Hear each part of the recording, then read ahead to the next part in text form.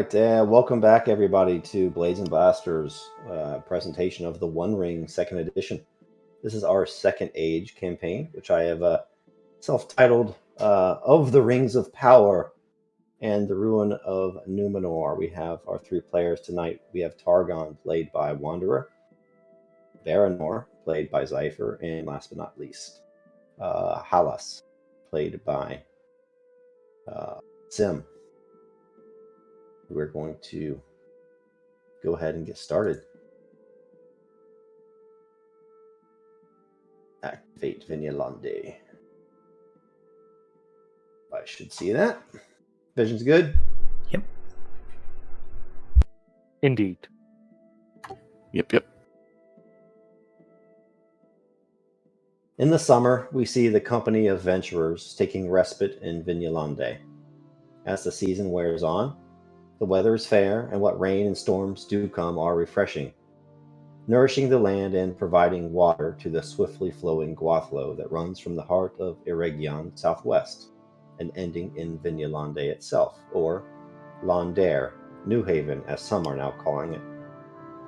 Vignalande was a fair land in those days. Well-constructed homes and buildings that shone white in the sun with tiled roofs in the style of Numenor. The dwellings ringed cliffs and terraces that were laced with vines and gardens put there by the men and women of Westerness who, desiring a taste of the wild of Middle-earth, decided to make it their permanent dwelling upon its west coast. Outside of town, the Gwathlo was used to irrigate fields where untamed forests once stood, and these fields were tilled by the happy inhabitants of Vignalande. For in those days, upon a time, the Elves of Eregion or of Lindon still visited, sailing wide, flat boats down the Gwathlo, or swift seafaring vessels along the west coast of Middle-earth. And so it was that Targon, Baranor, and Halas at first kept their hands busy with the repairing of ships, for not only was their own vessel damaged, but over half of Aldarion's fleet was pocked with hull holes, split masts, and other ills. But this work only took so much time, and by the first days of autumn, the ships were repaired, and Aldarion instructed that new timber be delivered from the inland forests. For it was his plan to build more ships during the winter and spring, so that he again may set out the next summer for the land of Herod. Presently, we find Targon, Baranor, and Halas setting off from Vignalande. They pilot a long, flat barge manned by a team of rowers, though the vessel has a sail as well. They are to navigate the Gwathlo northeastwards a week's journey and ferry timber back to town, so as to further Aldarion's designs to construct his southbound fleet. So as the scene opens, you are setting off again on a journey, but instead of across the ocean, this time it is northeast along the river into the more inland forests area of Enedhwaith, a region of Middle-earth.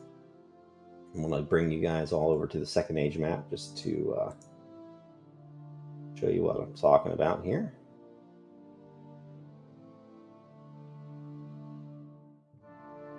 Sim, did you drop or just take a long time to load? I'm there. You're there? Yep. Second Age map? Yep. So, here we go. Londare is right here. So that's Vignalande. And so, what we're doing is we're sailing kind of northwards up the Gwathlo.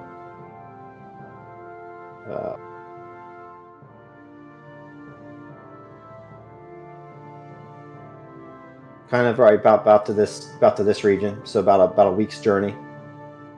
And there you're supposed to pick up some timber and kind of ferry it back down to the city so more ships can be constructed.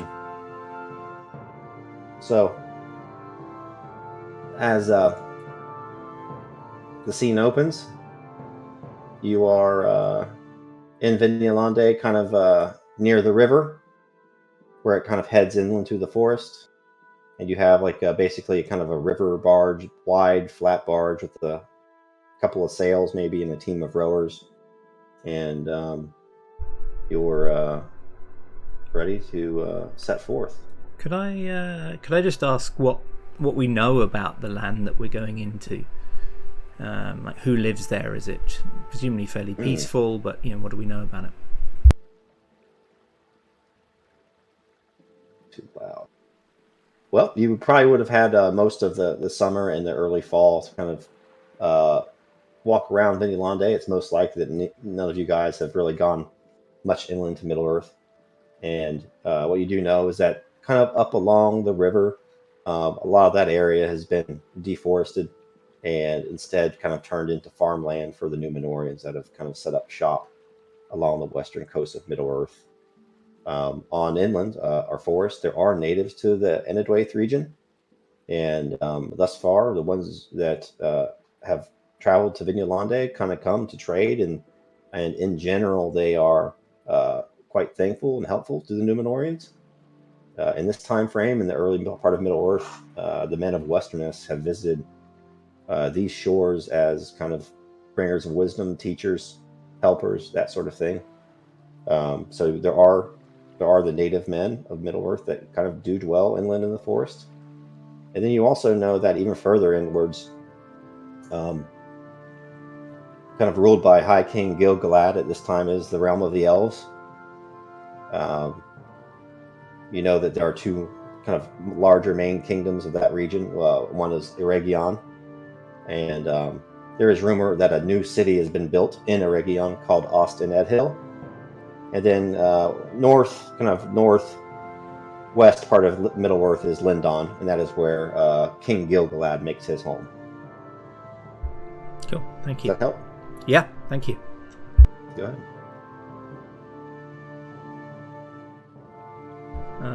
As we stand on the barge, waiting to make way, Targon looks impatient.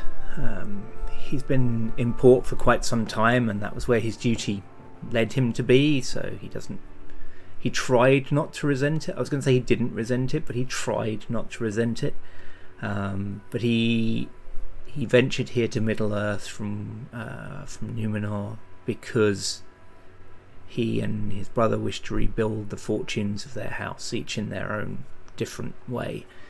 And so far there's been little opportunity to do that, so he's kind of itching for some opportunity to prove himself. He's been reading stories of the great heroes of the First Age, and thinking about the deeds of his forefathers, and kind of almost feeling jealous of the violent times in which they lived, because they gave them an opportunity for great deeds.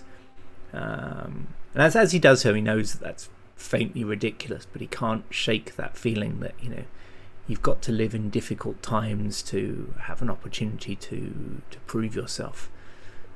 So he looks a little more kind of tense and impatient than he once did.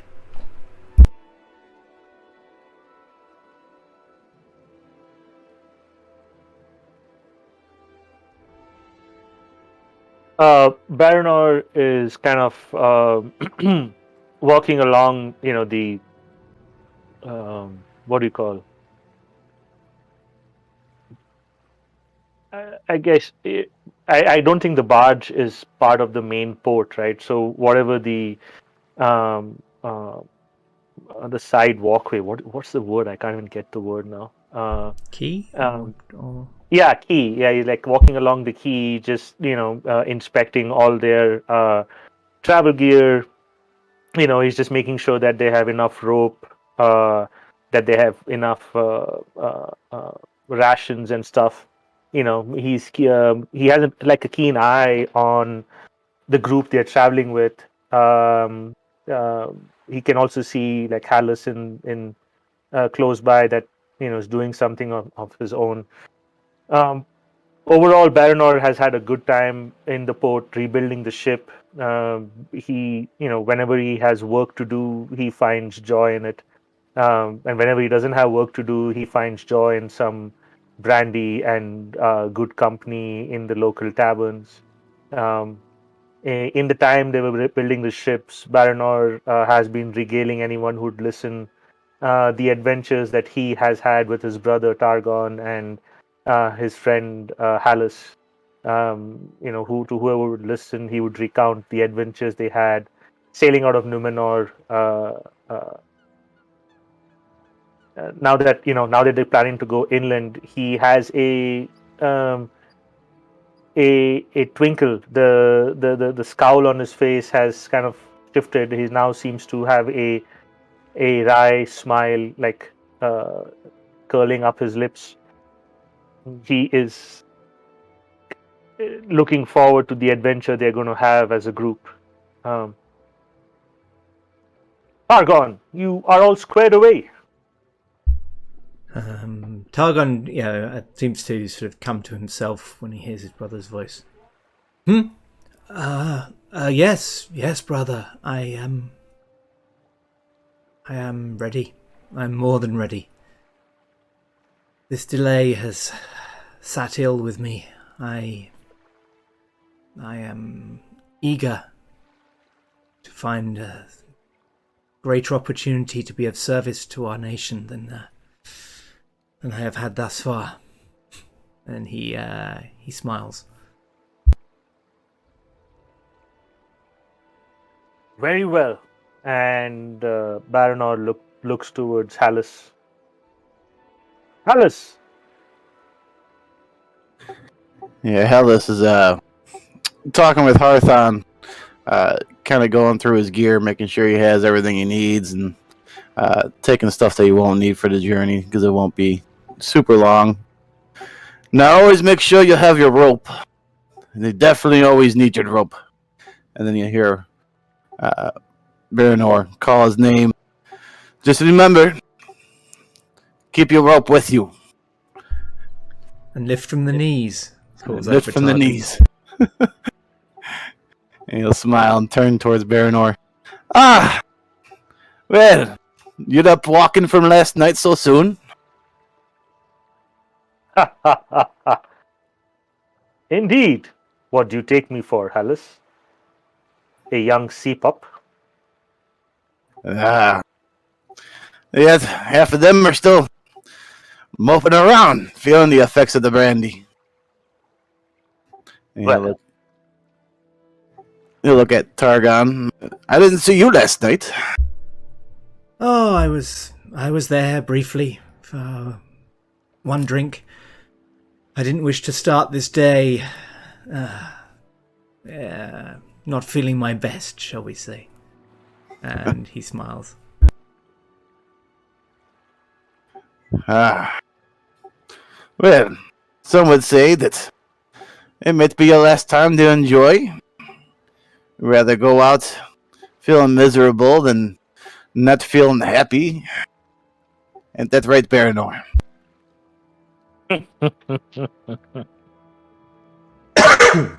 Indeed. But, come, we must make haste. The lands inland on the Gwathlo await us. Adventure waits, my friends. I have long wished to set eyes upon the lands of Middle-earth, and now the day is finally upon us. I am eager for it, my brother and my friend.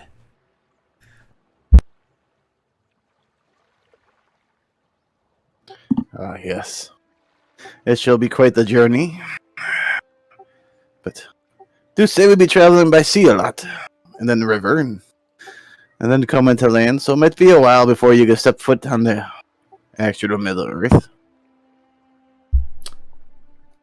Well, that is as may be, but at least I will be able to see the shore from the decks of the boat. New sights. Come now, Hallis, do you expect us to be chopping the woods along with these men? No.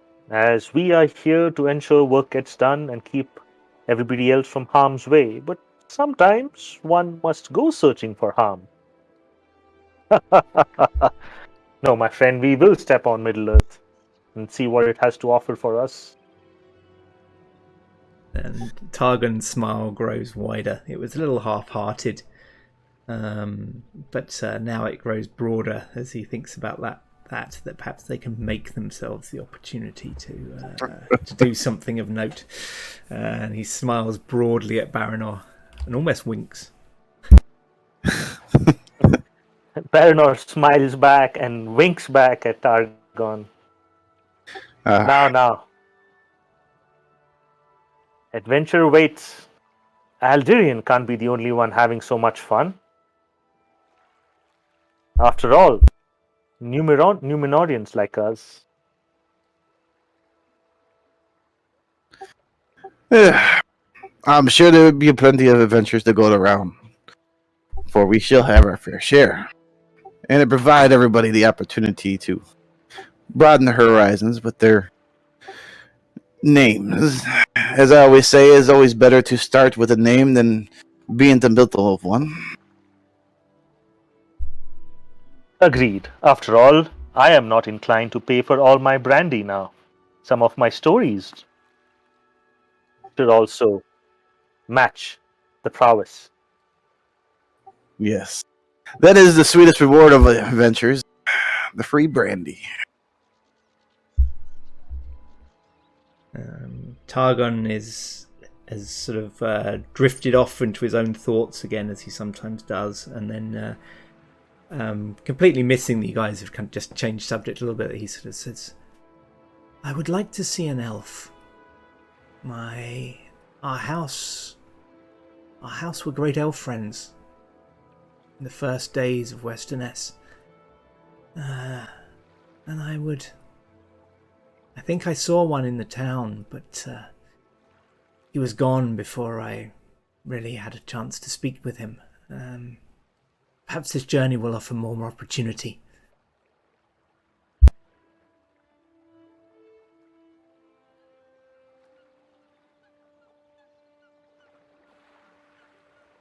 As you say that, somebody throws the rope from the dock onto your boat.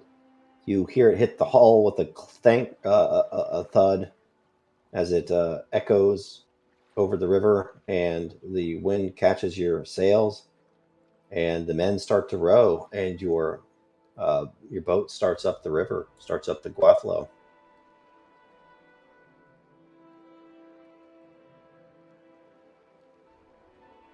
You set off sail in the morning. The river is wide, and in the middle there seems to be a channel, either from long use of ages past or just because of nature and the swift current. It's deep enough for your barge, although from time to time on the shores there are riffles and small areas of white water. Over the first hours of your journey, as the morning fades to noon and the early afternoon and the sun traverses the sky, you leave behind you the sound of the seabirds. You leave behind you the sounds of the city. You see the tiled roofs of Vinyalande perched on the cliffs of the coast of Western Middle-earth fade behind you, and gone are these white buildings, and they are replaced at first by rolling hills and farmland. As far as the eyes can see, you'll see cottages kind of dotting the countryside. And every now and then, you'll see tall fields of grain, and you'll see men and women out in the fields harvesting these as the autumn wears on and days pass. And eventually, though, you leave behind all signs of Westerness. And this is when you might feel your heart either be lifted, or if you miss home, your heart would be sinking into your chest. As you enter Middle Earth proper, untamed wilderness, tall pine forests on either side of you, and the air is pristine and clear and fresh. And gone are the seabirds, and instead, every now and then, you see a a river otter playing with its young on the bank. And I'll let you role play, and we need to set roles for the journey. So we need a guide, we need a lookout, we need a hunter, and we need a navigator. What was the other role called? Let me forget. I can be the hunter.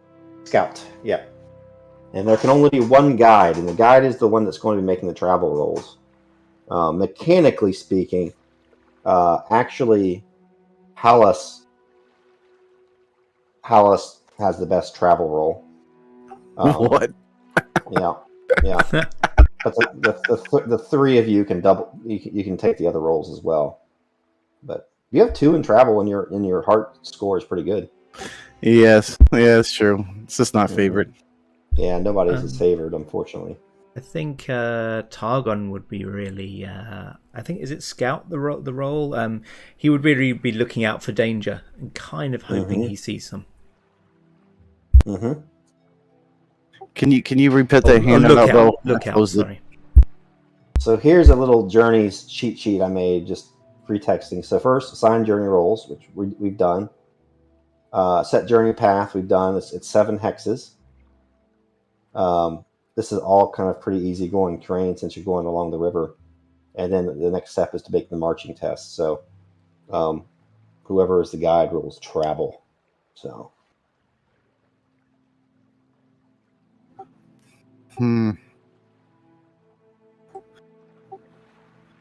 So lookout and scout. What mechanically speaking do each of those use? Explore, awareness, and hunting. That's what it says there exactly. There we go. That's the one I closed. Mm-hmm.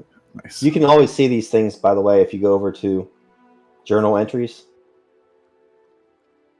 Mine comes up. So blank. I can be the lookout and hunter. Does that work? Yeah, you can double up if you would like. Yeah, because I have favored. Just this is all out of character, but I have awareness and hunting favored, so I can be the lookout and a hunter. Mm-hmm. As do I, minus the hunting. But I could definitely just roll travel. I think I'd be rolling shitty enough. Yeah, that's what Targon wants anyway, so that's fine. It works out. Maybe we should have the lowest roll trail. Yeah, I think Targon will be wanting to be lookout, but I don't think he's going to be best at any of these things. So I think mechanically there's no particular thing he would excel at, but I think thematically, narratively, he'd want to be a lookout just because he's really hoping for trouble. You mean the scout? You mean the scout? No, lookout. With awareness. Wait, so are you favored in awareness? No, he's got, as I said, no mechanic. He's not best at anything. He's mediocre at all of those. He's a warrior, but narratively, that's what he'd be wanting to do. Look out for trouble. Okay, cool. Okay. So then I'll do the scout. Cool. Thanks. All right, Hollis, give me a travel roll. You guys can use hope as well.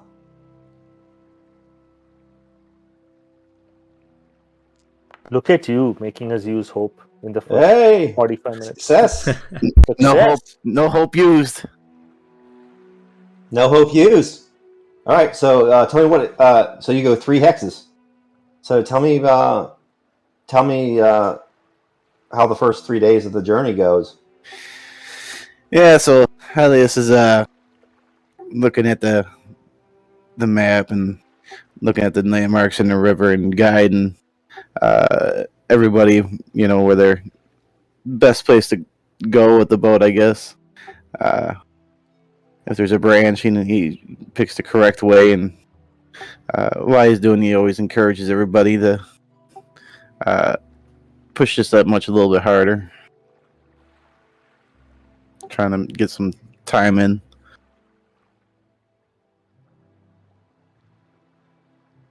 Three days go past uneventfully, and I'm going to roll a d6. First event is a 4, which is lookout. Can I just apologise in advance for what's about to happen? And then I'm going to roll a feat die. 1df. That is a 7. So that's going to be mishap. If the roll fails, add 1 day to the length of the journey, and the target gains an additional 1 fatigue. Okay, so I'm going to make an awareness. Okay. Ooh. Oh. So you actually take 3 travel fatigue, Targon. Everybody else takes 2. And now it's an 8-day journey, so you're 3 hexes of 8 through the journey. Tell me what happened here. Yeah, Should let Baranor take it. I thought I had to take something though, don't I? Targon is ill-favored. No, you don't have to. I guess everybody else can. Oh, okay. I'll do that in future then. So he's really kind of looking out for danger, but he's so keen to see it. At one point, he thinks he sees something moving in the bushes, and he yells out a warning, and that distracts Hallis while he's navigating, and the boat hits a submerged rock in the river, and this kind of damages a couple of the oars, and it makes it harder for us to make progress until eventually we have to just put up on shore and make repairs. Yeah, Hollis after he's distracted and damage is done, and when they stop, come up to Targon. What did you think you saw?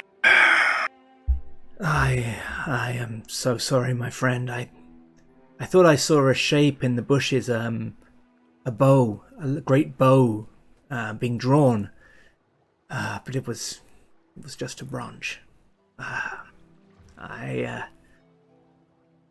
After so long watching the branches move, you start to imagine you are seeing things that are not there. And how he will smile and pet Targon's back. Yes. Me thinks that your wish for action is playing tricks with your mind, which is good, because if we were ever under attack, you would see it. True. Peaceful times sit ill with men of action. But I do need to keep my mind on the task at hand. And he smiles a bit ruefully. Baranor comes up behind him and pats Targon's shoulder. Come now, brother, be truthful. Was it really a bow you thought you saw, or an elvish princess? And Targon tries to muster a smile and said, at this juncture, I am not sure which would excite me more. Only you, my brother, could say something like that.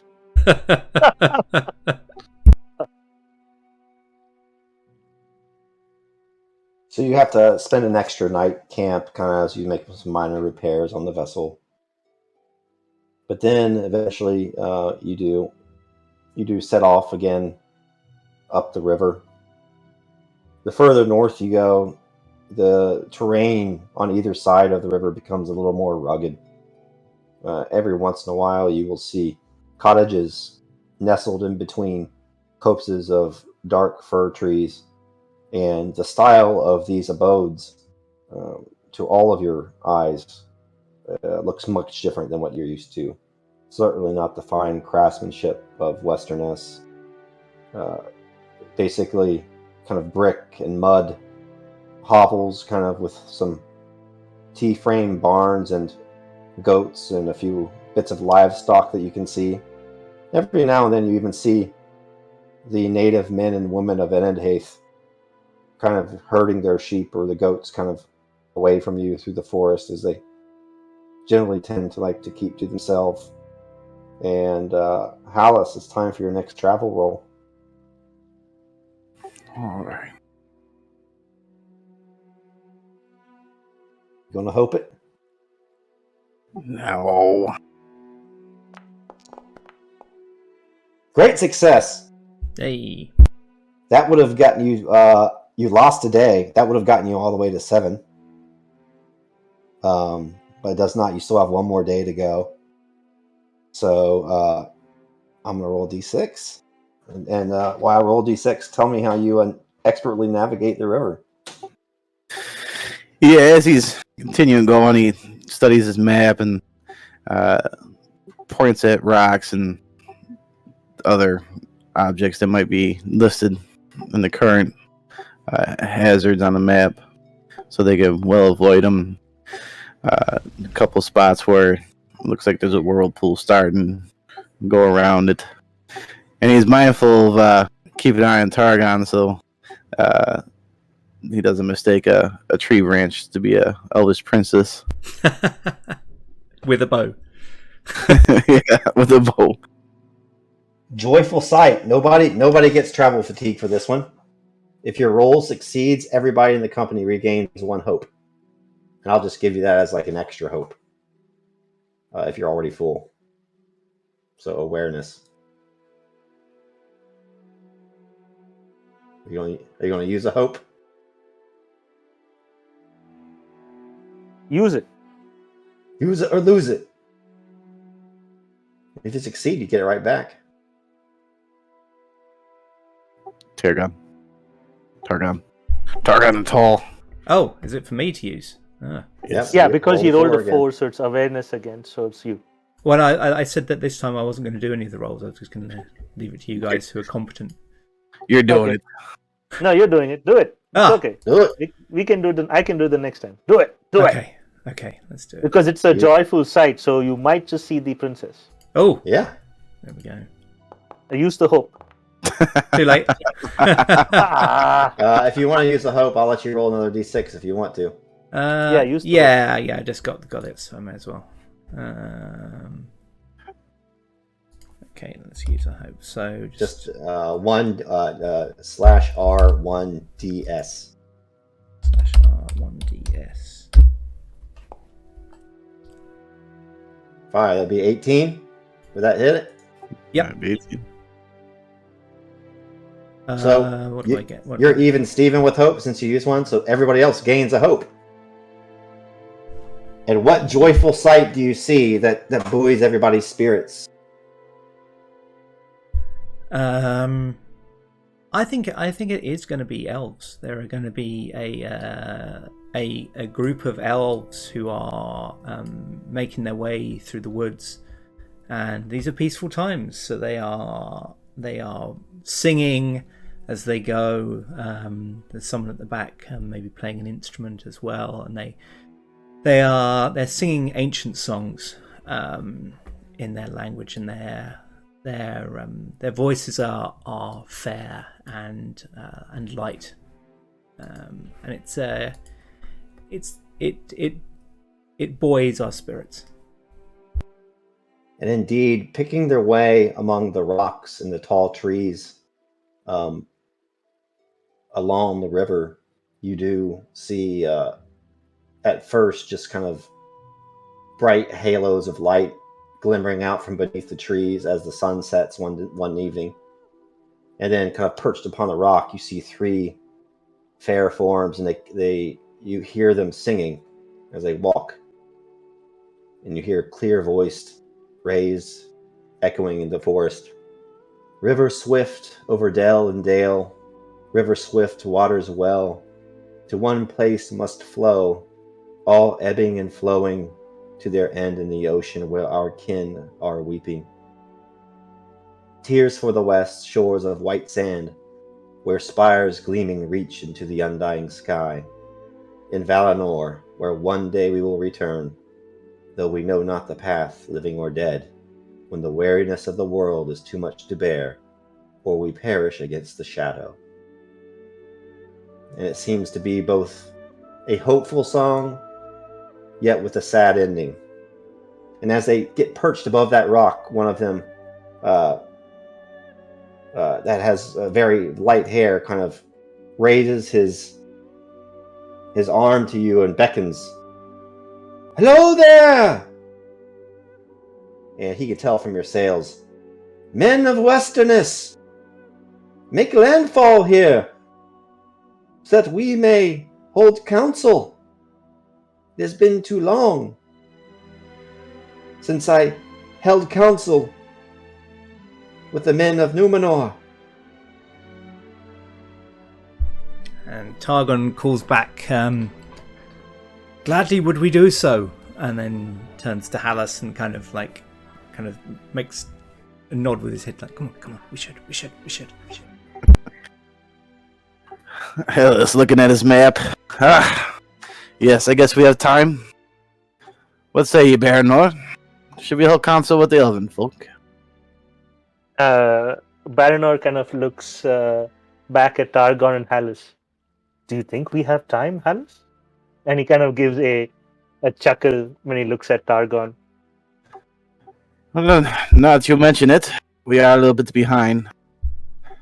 Oh, but Hallis has caught up so much time. He's done really... And then he catches sight of their faces and just like, I see.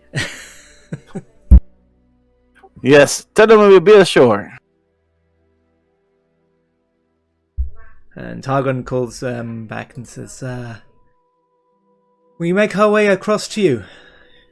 Glad would we be to take counsel with the fair folk.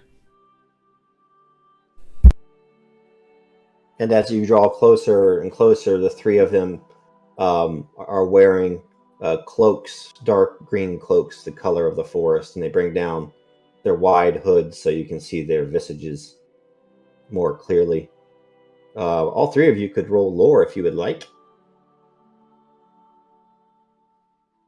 As Baranor sees the visages, he kind of nudges Targon in the ribs. Well, see, the Elvish princess has decided to join us, Targon. And Targon looks across and immediately blushes. It's just like, well, I know I said that, but of course I would never. She appears to be a warrior. Yes. Go on, Targon. She's still a thing of beauty. And one can be a warrior and a princess. And Targon looks across and says, "That she is. That she is." I would like to use a hope, so I'll add a bonus. Mm-hmm. Yep. There should be a little area when you do your roll to add a hope bonus to it. Yeah, I should have did the same. Yeah, hope bonus die. There we go. Let me just make sure. Let's reset my hope. I had 2 and favor, and I still managed to fail. Oh, really? Still failed with the hope. We all got 13. I think this is a fix. This is ill-favored. It's an ill-favored VTT. The wind gently dies down, leaving your sails, and somehow your vessel gently glides to the shore and grounds itself on a sandbar quite near the shore.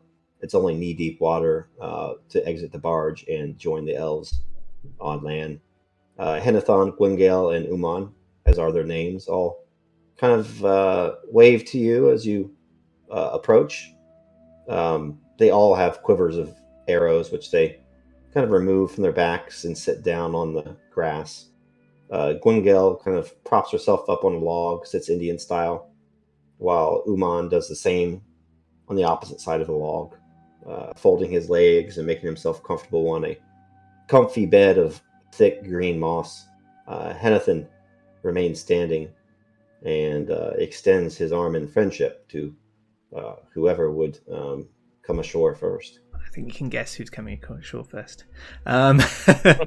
Targon sort of splashes up, completely forgetting to help the barge make way, and he he makes his way over towards them, and as soon as he gets close, he's a little tongue-tied for a moment. It takes him a moment to find his voice, and then he says, Greetings, I am Targon. And now I've managed to forget our house, but he mentions... Nimrazir. Thank you. Targon of the House of Nimrazir. We are named for an ancestor who was an elf friend. And in this moment, seeing the fair folk in the flesh for the first time, I envy him more than ever to have held the friendship of your people. And he bows. If I can be of service to you, you need but name it. He's still kind of tripping over his words slightly. Enedhwaith smiles, as do the other two elves. That family name holds no significance to me, but there is one here among us of more years and, dare I say, more wisdom than myself. Uman, Lore Master, does this family name mean anything to you? And do you guys have a backstory about anything about them being an elf friend? No. This is your chance to do a little world building. Oh, so well, give me something. Yeah, okay. So it was during one of the one of the final battles of the First Age, when just before the tide turned, our people were some of the men who stood true and stood with the elves, and in one of those battles, Nimrazir, it wasn't his name at the time, but he actually he saved an elf lord from a host of foes. He stood tall and nearly gave his. He stood tall, stood firm, and almost gave his life protecting this elf lord, holding the way for his troops and the elven troops to retreat. Ah, very well. So Uman leaves his bed of moss and stands. Enedhwaith speaks well of me. He is a humble elf, but alas, I am not, and they both chuckle. Ah, the family Nimrazir. Yes, that is a name that I have not heard in a long time, but it is not a name that escapes my attention. I am of more years than Enedhwaith, but not so many years as others of my ancestors. But here, and he kind of unsheaths his sword, but here this name is inscribed upon my very blade, as one of many houses of men, who allowed my ancestors to live whence they may have perished, to the hosts of the Dark Lord that we shall not name here.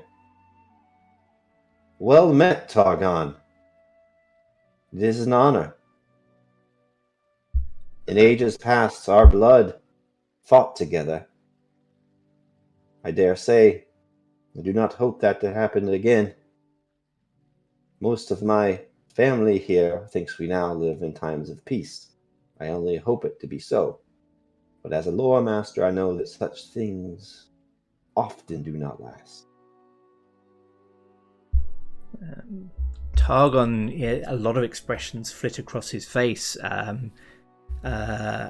He looked incredibly honoured when they mentioned that their family's name was on their blade, and then when he's mentioning sort of peaceful times, he looked a little disappointed and tried not to look it. And then he said, "This may not last." And he's tries to look sober, but there's a hint of excitement about his face. He's trying really hard to fight it because he knows you shouldn't wish for bad times. But that all sort of flits across his face as just over the course of those few sentences from him on. And he nods and says, "We should appreciate the times of peace. It is perhaps harder for those of us who have known only peace to understand the gift we have been given." but we must strive to appreciate it. And he bows. Enedhwaith speaks again. These are wise words, Targon. The lives of men are short. They often seek after fortune and glory, no matter how that comes, either in peacetime or wars, which they all too often bring upon their own heads. But tell me, Targon Nibilzir, I'm going to butcher that name all night. Who comes among you? I see you have brought many friends. And The men of Numenor ever sail northeast along the Gwathlo, pressing further and farther inward, in search of timber, no doubt. And when there is need of timber, there is only one name that comes to my mind, Prince Aldarion of Westerness. Do you serve him? the eyes and the wits of the elves are as keen as ever. We do. I should introduce my companions. This is my brother Baranor, and our friend Hallis, a great sailor. Yes, he'll sort of mention to them, about how Baranor is swift and more graceful than Targon is, and how Hallis is experienced in the ways of the sea and a practical man who has done much to keep them safe in a storm that would have wrecked their ships. And then he'll let them speak. Baranor jumps onto the shore and starts helping Hallis to bring the raft safely on board, while Targon leaps onwards and goes towards the elves. Once the raft is safe, he kind of nods to Hallis, and they start making their way up. Baranor finds himself again on the right-hand side of his brother and bows deeply to the elves. Baranor, brother to Targon of House Nimruzir, at your service.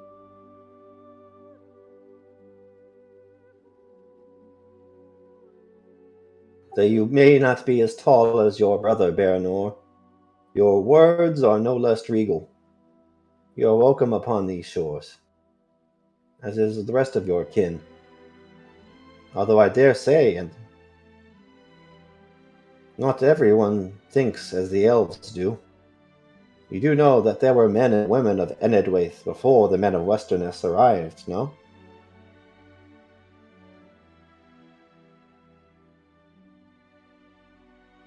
Yes. Men like us come and go, but the fine, fair folk of these woods persevere and endure and see the times that were, and that will be. There is a joy to both of it. The short lives that we led compared to the long that you do. Who's to say which is better? But we do with what we are given and enjoy the time that we have.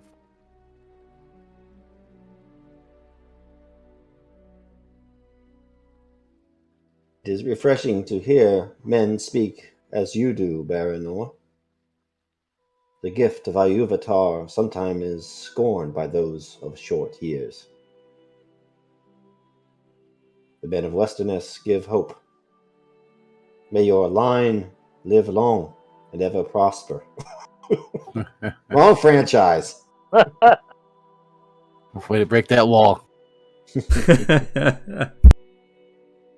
But there is yet one among you who stands silent.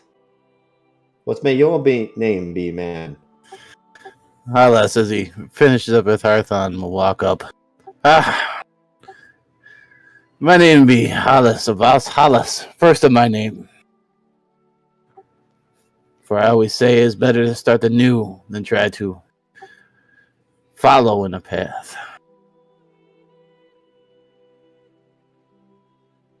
Then there is no place better than you than the wilds of Middle-earth, Hallis. Well met. Yes, one met. It is definitely beautiful land. But each of you I do urge caution. Though this river be fair and beautiful, there are secrets which lie beneath it that wish harm unto the race of men. And there are also those that dwell in the forests that, as of late, seem to be fanned to anger. Whether it is the taking of their land or their timber, they take not kindly to it, and some of them have become warlike, or so I've heard. You should use caution.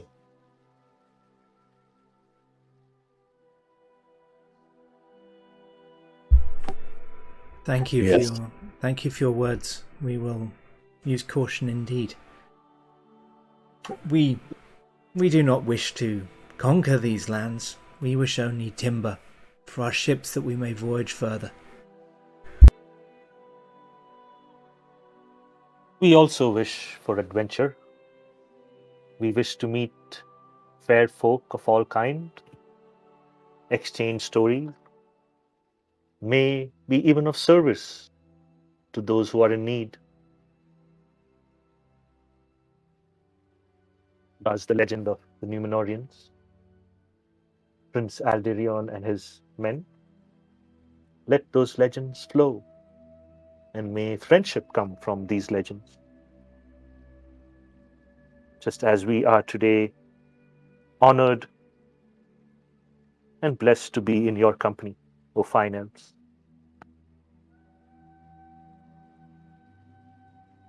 Then, let us sit for a time. We can tarry here beside the river for a moment longer before we return inland. Perhaps raise our voice in song once more, while we listen to the sound of the Gwathlo, ever flowing southwest to the sea they call Baragar. For beneath that sea lies the ancestral home of my people. And let us share some of our food with you, and may have even a song for our company.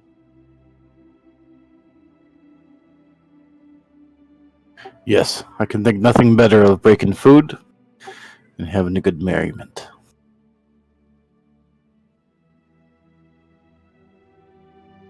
So as the folks kind of settle down off from the raft, and they kind of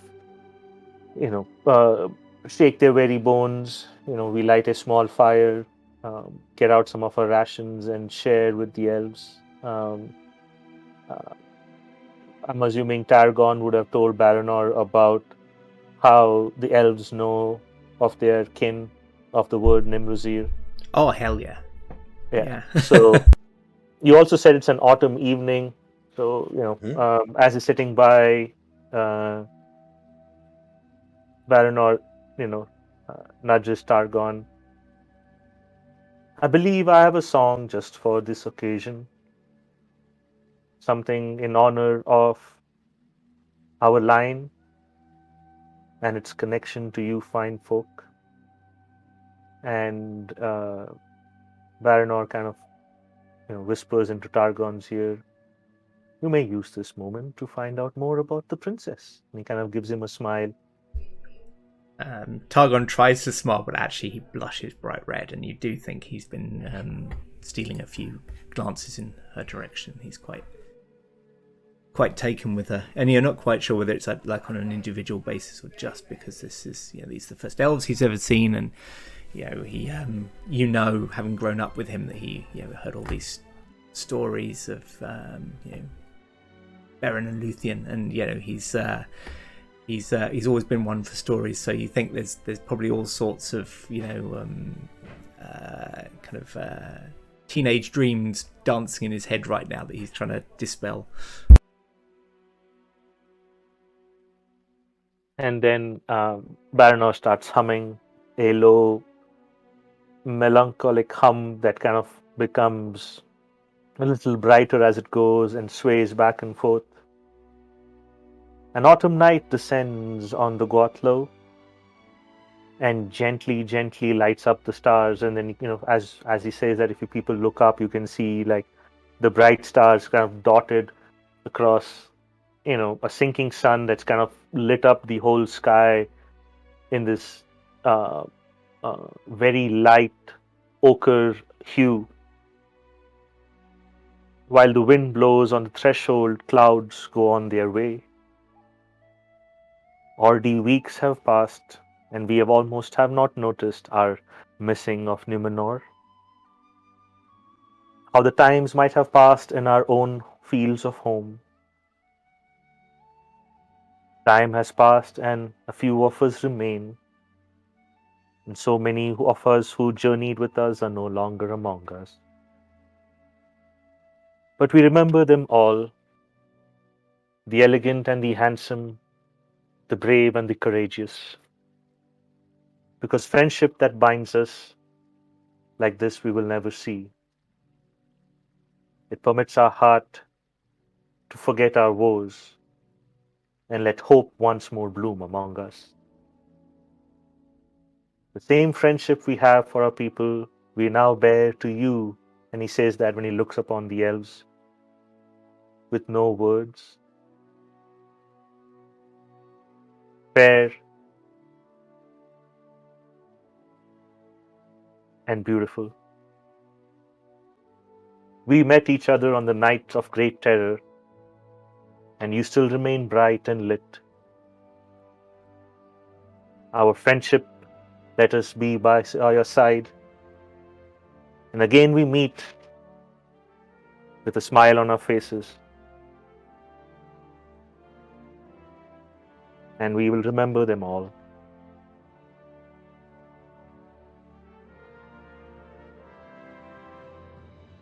As your company and the elves talk and perhaps break bread together, enjoy a meal, Gwyngael, Henethon, and Uman listen to Baranor's words, and it seems that the long years that crease their eyes fall away from them, and their faces become even more fairer.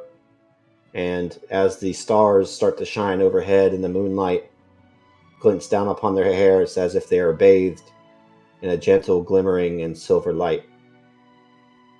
Uman approaches you, Baranor, and says,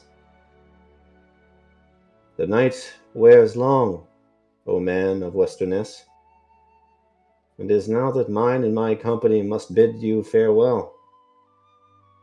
Many blessings upon your journey. We wish you well. And please tell your prince that he is welcome in Austin Edhil, and if ever he should deign to sail back across the seas for one last time, he should see the spires of Austin Edhil and enjoy the works of the craftsmen there. For they are unrivaled among elves, men, and dare I say even dwarves, who dwell not far to the east of our fair city of Austin Edhil. But for now, we must bid you and your family farewell, and fade into the night to sing songs unto the scars, songs of Our Lady of the Stars and of Peace and of Moonlight."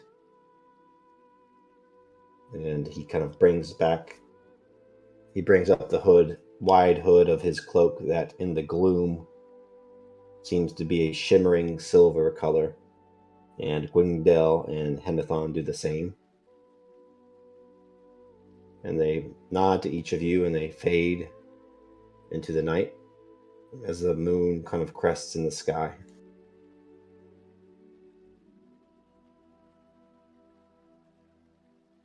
Baranor bows deeply to the elves as they leave, and then he finds a log to sit on by the fire and smiles to himself, for it is a rare sight they have witnessed, a rare time that they have been blessed to be part of. And as he continues to munch on his food, he looks deeply into the fire. Targon also bows low as the elves leave, and he watches them until they're out of sight, which I suspect is actually quite fast. Them blending into the night woods. And then he turns back to the fire, and there's excitement shining on his features. He says, "Well, we have been blessed, brother, to see the fair folk. This is a sight such as our father never saw. And you heard, they remember our line. So many times I have felt that perhaps our quest to restore our name is foolish, is doomed to failure. But now, my courage and my heart are renewed. The deeds of our house are remembered among the fair folk, and they should be remembered among men too." And he smiles at Baranor, and then notices that Baranor's looking deeply into the fire and says, "Are you troubled, brother?"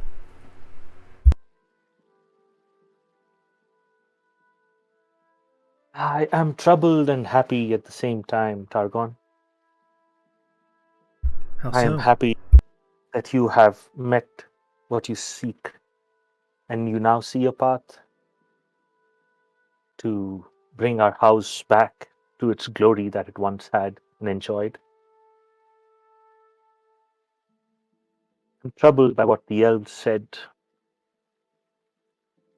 by the anger some feel on these lands as we Numenorians delve deeper. Like the elves, the dwarves, and other peoples of these lands,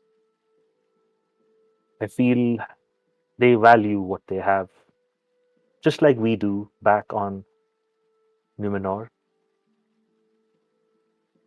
If the men and women of Middle-earth came sailing to us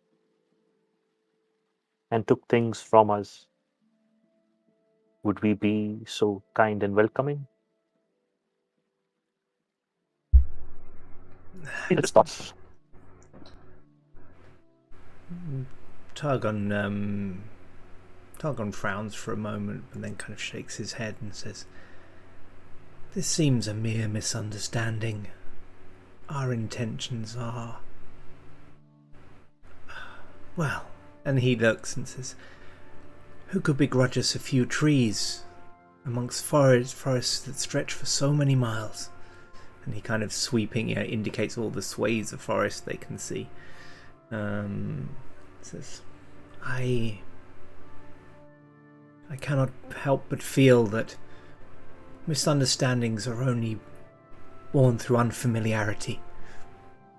We should meet these people, and they will see we bear them no ill intent." Helios was listening in, and he'll attempt to unearthen them, bring about better moods. Veranor, there is more land than people that can count trees. Sharing is all a part of living. It's all part of being here. But you must not look as encroaching onto their territory and their woods and their land, for their land is vast. We just look at it as a positive thing that they are willing to share with us. The lumber from the trees and the waters from its rivers. For they have lived longer than us. They are pretty wise. Yes, I agree.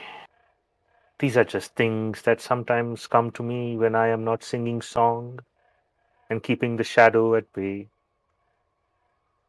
For we know what lies in the darkness.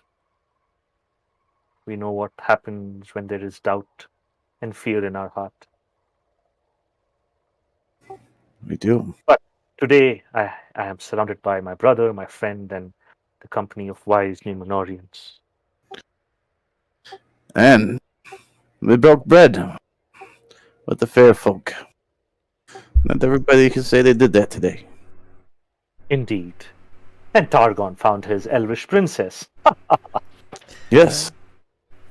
And Targon smiles, and he knows they're teasing him, but still he can't help sort of saying, he kind of looks off in the direction they left and sort of said, she was passing fair. No princess though, I think, but an elf maid. And then he kind of just tails off a little bit and suddenly realizes he's kind of babbling.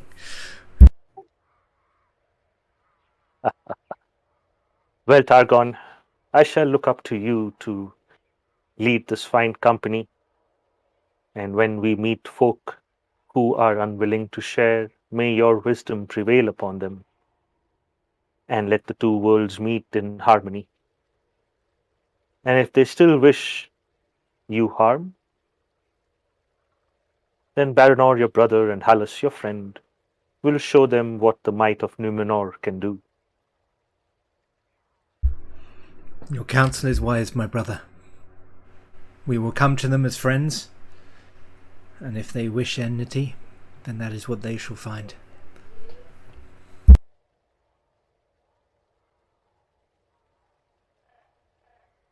Come now, let us eat and rest, for there is still a few more days of journey to the woods we seek. Yes. And some brandy, of course.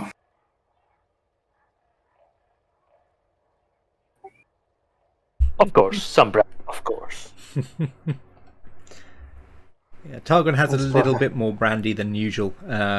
He's sitting up and he's trying to remember a few words of an elvish song that his father taught him, but he can't remember most of it. So you hear the same words over and over again. He seems to have remembered Elbereth, and that's about it. But there's a few other words he's kind of butchering along the way. But the more brandy he has, the less he's bothered about that.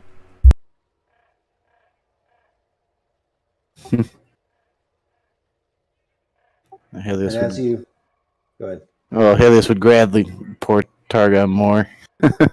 Yeah. You pass around the flask of brandy and you talk about your travels up the river and reminisce about your meetings with the elf.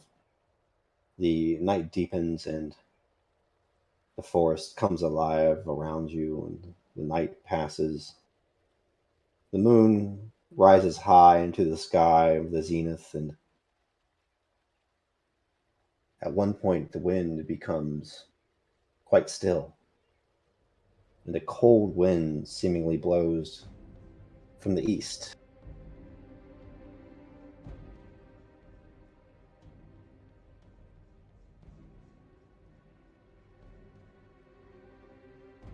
And it was said that in days past reckoning, before the world was broken, and before the Dark Lord Morgoth was cast beyond the circle of time, much of Middle-earth dwelt in darkness. For there were vast forests, fields, and mountains that were yet untamed, and still there dwelt men and beasts. And it is also said that far from the light of the Valar, here they were prey to the lesser spirits that joined Morgoth in his discord, breaking with the song of the Ainur. Tribes, petty kingdoms, and sects rose and fell with no written history, for it was a history soaked in blood.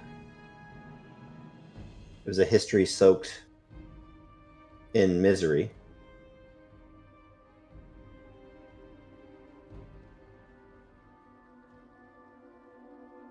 It was a history soaked in conflict. Oops, that's loud.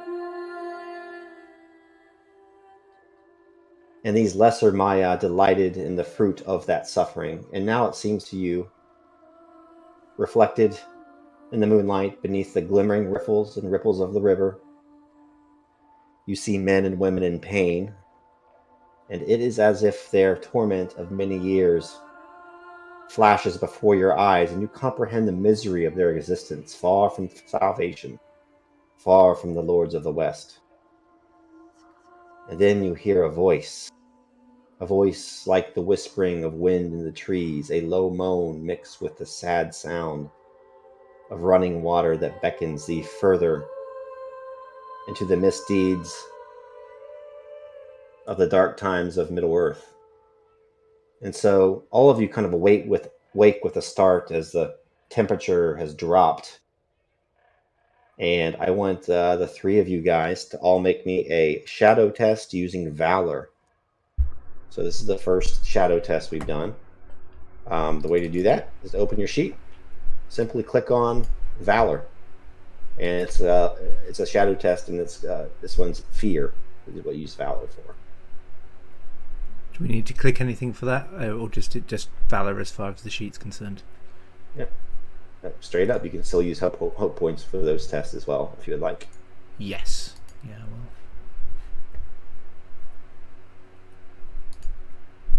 Well. I will use a hope die as well. Targon, you give yourself 1 shadow point. Okay. Spent a hope as well.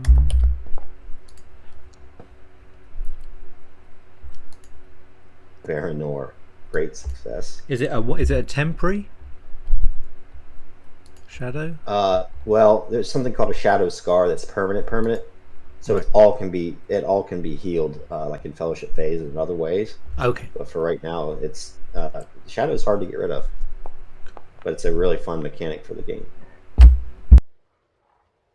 So you're going to be the target here, Targon. So give yourself a shadow point. Yep. Done. All three of you seem to see, looking out over the water, hovering there, an apparition of sorts. It seems to be mixed with the riffles of the water, kind of flowing with the water. Its hair long, flowing down over ghostly shoulders, down into the riffles, depending on how the moonlight glints upon this apparition.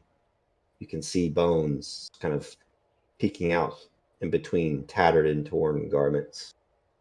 And you hear whispers of horrible, awful things that you've heard in tales of yore, particularly you, Targon. You wake in a sweat and a start, and your heart is racing. Baranor and Halas, you can role play how you kind of come to the edge of the water and see this thing, and you are not necessarily cowed.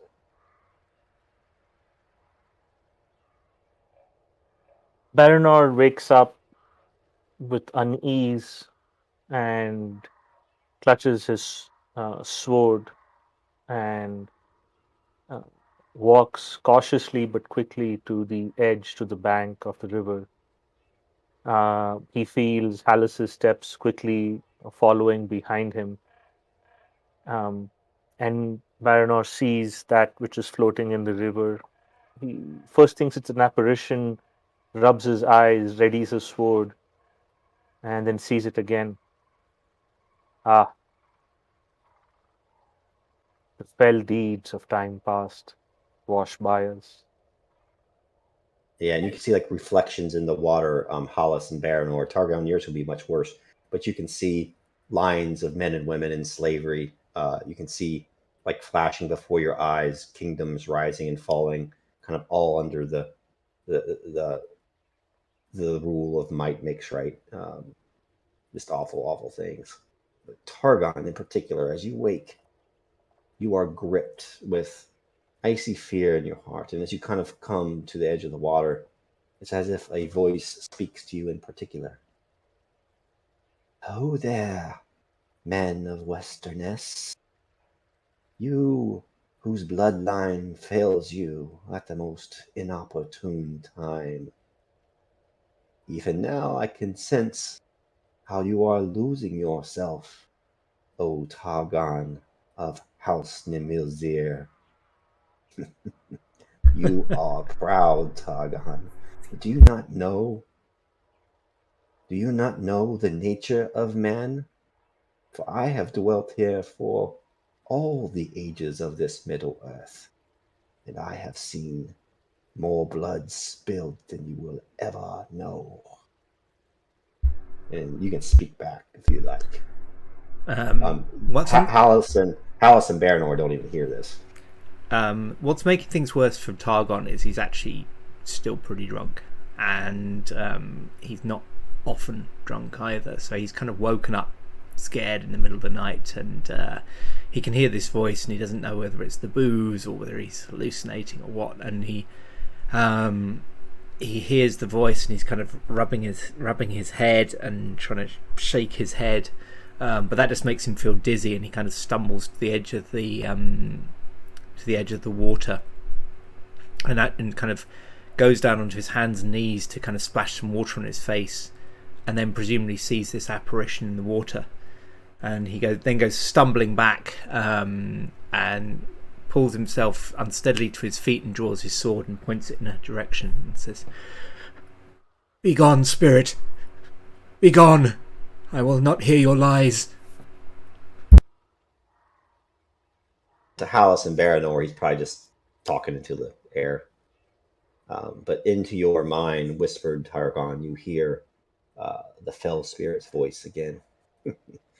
She cackles, and it's a cackle that sounds like the frozen river breaking up. It's the cackle that sounds like torment and pain. Away put your sword, Targon. Bright steel, no matter how true, no matter where it was forged. Whether it be the elven realm of Gondolin, or your pitiful island of Westerness, it will avail you not. For you know, deep in your soul of souls, Targon, that men are weak, that you and your line will fail, and you will suffer the long defeat. Indeed, the winds of peace may prevail now, and my lord may be cast beyond the circles of time. But here, mine and mine ilk will dwell always in the dark parts of Middle-earth. Targon kind of shakes his head again. He's still stumbling backwards away from the river, and he stops and sort of gathers himself, leaning against a tree. So he's kind of got one hand out leaning against the tree, and the other hand is still pointing the sword in the direction of the river, where to him the voice appears to be kind of coming from, even though it's kind of appearing kind of in his head. And he half growls, half yelps. No, our line is true. My house is strong. Our blood is strong. Our legacy shall be forged anew. This shall be so. And he sort of again shakes his head and feels nauseous again and says, "Damn this whiskey, damn this brandy. No, spirit, you do not know the nature of man. There is nobility in our race. Our island that you call pitiful is a gift of the Valar, because my people stayed true, and so shall it always be." Nothing lasts forever in this Middle-earth, Targon. And now you'll roll a corruption test, shadow corruption, so that is wisdom. You're automatically going to get another shadow point. Oh. If you fail, you'll get 2. If you roll an eye, you'll get 3 more. Okay. I'm going to try hope again. Targon's trying to think of the elves as he summons his courage. Wow. I'm just... This whole campaign I've pretty much rolled horribly. 2 more shadow points. How do you react? Okay, so I've lost another hope and 2 more shadow points. Targon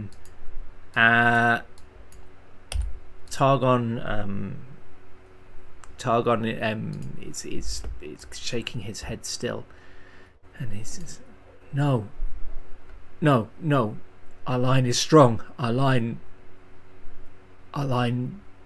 will build a legacy to last for the ages."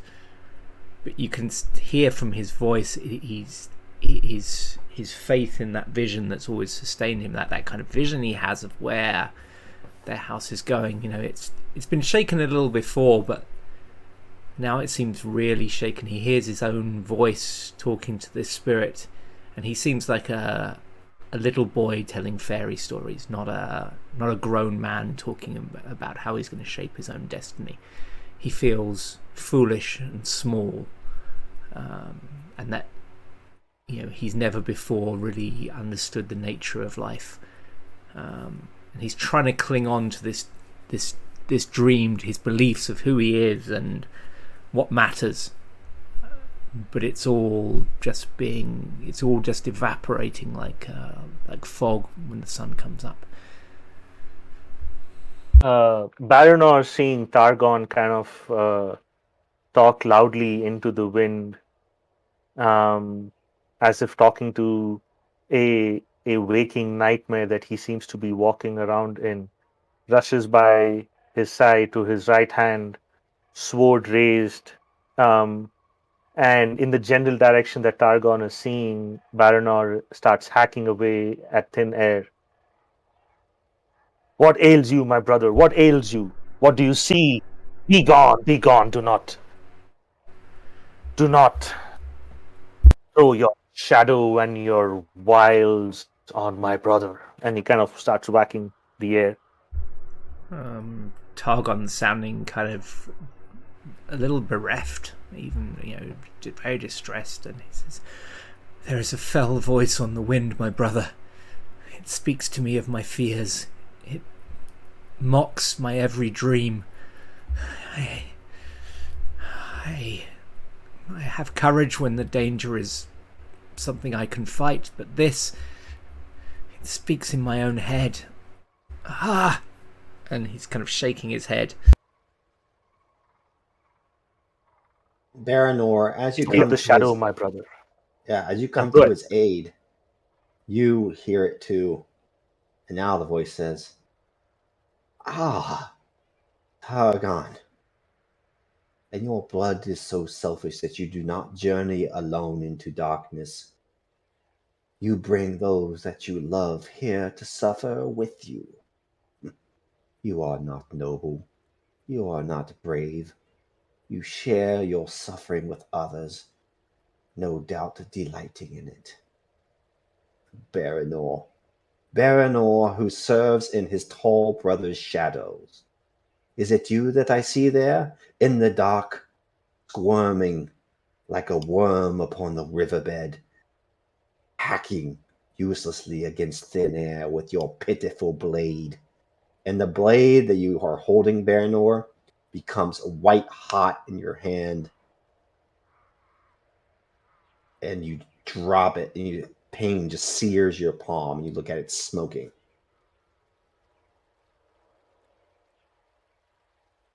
On, foul wind, be gone, the undead shadow. You hold no sway over the men of Numenor. You hold no sway over the men of Nimruzir. Your tricks will not work on strong minds like us. I come to my brother's aid. You are just but a fell shadow that will be lost in time, just like everything else. Be gone. Like most men, Baranor, you speak a mixture of both truth and falsehood. It is true, I have no sway over the minds and hearts of men. Your downfall is always of your own design. It is inescapable. But there is one thing you are wrong about, Baranor. I will be here forever. I am tied to this land, just as those righteous and pitiful elves are that you so gleefully sung of. So you do a shadow corruption, ill-favored, and you will join Targon in his 3 shadow points if you fail. How do I Could, do shadow corruption? Just roll on shadow? Nope. It's so open your sheet and it's you click on wisdom. Could Hollis aid him, inspire him, or something with his unearthing and hearten? Sure. How you going to do that? Seeing the two brothers speaking against the wind, hacking against the wind, not being able to hear what it's saying, and then seeing Baranor drop his sword, would Hollis be able to see that it glowed white hot, or is it just? Yeah, I think you'd be able to see that. Yeah, he would approach Baranor. Do not listen to the foul wind, for if you listen to it, it gets its power. Ignore it. Pay no heed. Make it flow by. Roll and hearten. Wait, so that's inspired? I click on inspired?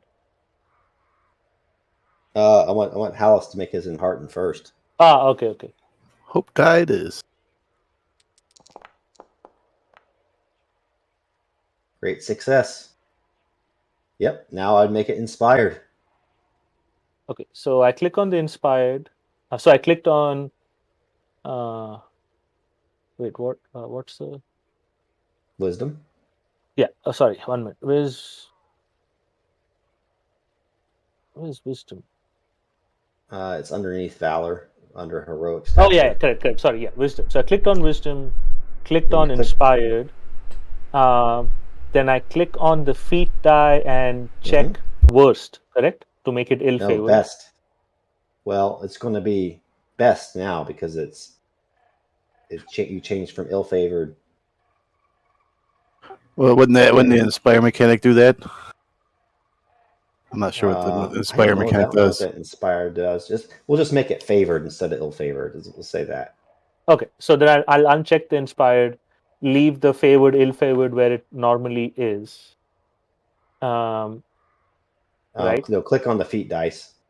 Okay. And it'll say best. Yep. Okay. Didn't roll. Okay, and I'm on. It gives you an extra S dice. I think. What inspired does? No, it doesn't. I don't know what it does. No. Okay. We'll just make it favored. We'll make it favored. Yep, I'll make it favored, and I'm going to use a hope. Yep, going to use a hope point and roll this. Still a failure. Sweet. So, then the Halas, you see Baranor's kind of spirit drop. Baranor, you get 3 shadow, and now that the spirit that Targon and Baranor can both hear. 2 brothers sail swiftly up the Gwathlo, and 2 brothers shall share the same fate. A curse upon your house, Targon and Baranor, House Nebilzar. So you shall be destined to strife among your own kin, as the long years flow, as the long years wear upon the souls of men and women of your bloodline. Always ill fortune will find you. Though a hero may emerge, a villain will emerge at his side, only to drag him down into the depths, to misery, to the fate of all men, and to death. And that curse falls heavy upon your heart, Baranor, and Targon can hear it as well.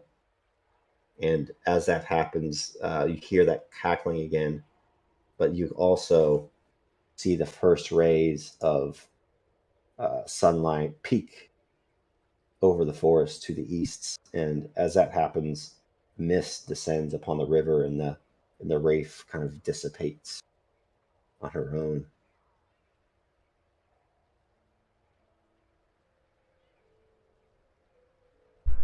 Baranor just kind of stares into that space, little dumbfounded, looks down on his sword, sees that it's now cool to the touch. He picks it up and sheathes it. and then places a hand on Targon's shoulder. Those are just words, my brother. Words from a vengeful spirit that knows no peace. They will never come to bear fruit. For I do not see any future where I will leave your side. And Targon nods, and he clasps his brother's forearm and puts a hand on his shoulder and looks at him gratefully and says, Your words are wise, brother, but hers lay heavy on my heart. I've never felt so foolish. I cannot escape a dark feeling that there is more truth to her words than we might admit. Does such a being really have the power to lay a curse upon our house? I do not know, but I do fear. Like Hallis said, my brother, do not pay heed to the shadow and its ill words from the forked tongue. They are just words after all. Only our actions and our thoughts give them power. Targon, By my side and our friends next to us, we will always succeed and triumph. Targon nods, but he doesn't really look like he believes. He looks like he's trying to believe it, but he doesn't really look like he does. He looks a little ill, if anything, and he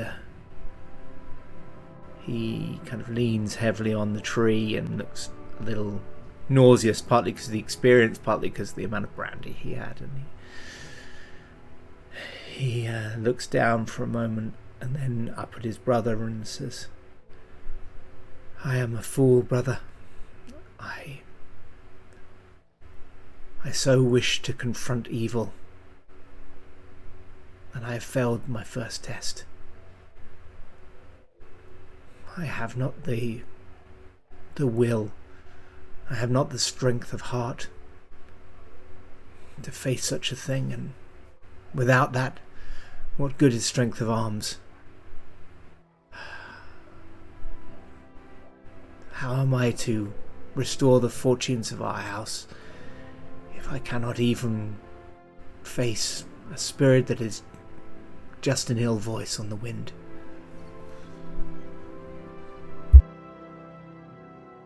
Ah, my brother, from our failures we shall learn. We were unprepared for what this land holds for us. Now that it has revealed itself, we shall be better prepared. We will find evil, for it lurks just like it lurked here tonight.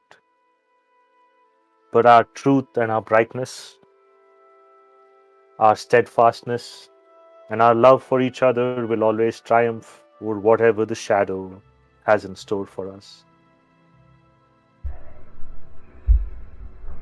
Targon nods again and says, I hear your words, my brother. The men of this land have dwelt among such evil for so long. Perhaps this is the true reason they oppose us. Not that they resent some paltry matter of trees, but that their hearts are under the sway of spirits such as this. We must be wary. Corruption lurks in this land, my brother, and no doubt lodges in the hearts of many. I have not yet met any of the men of this land, and already I feel I cannot trust them. This is an ill place. And we shall be the shining light that burns through the shadow and gives hope to the peoples of these lands.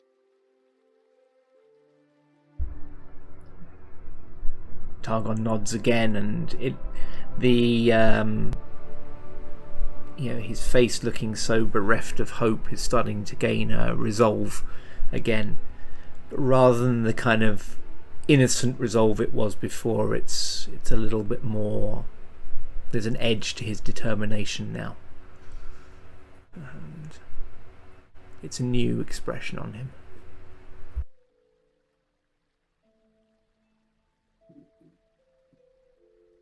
Come, get some rest before the sun is truly up. Hallis, we shall rest a little more. Let Targon sleep a little while we prepare the raft. I thank ye for your words of wisdom in my time of need.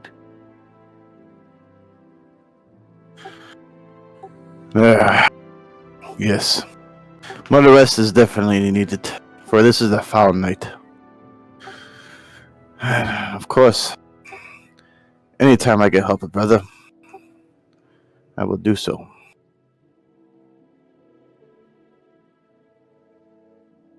Hey, get ready to go back to slumber.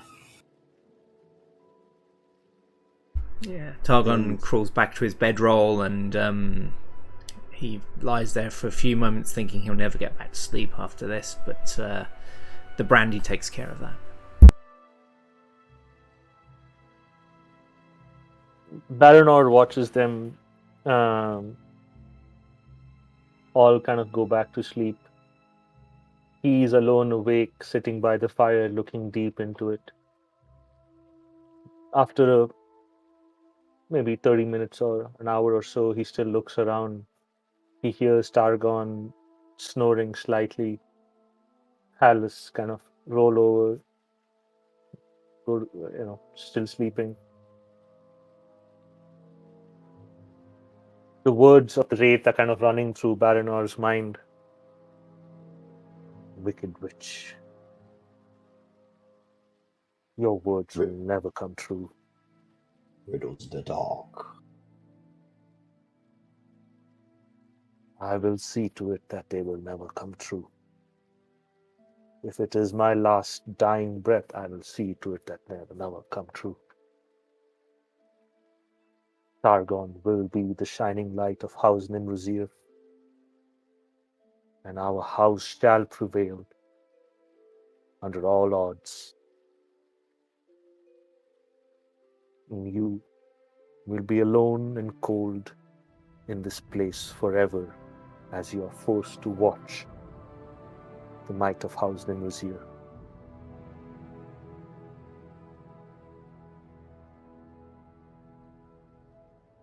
And the After a pale few- fingers. Go ahead. Baranor kind of makes his way to his bedroll and tries to sleep. Sleep they do for another couple hours as the pale fingers of dawn creep over the land.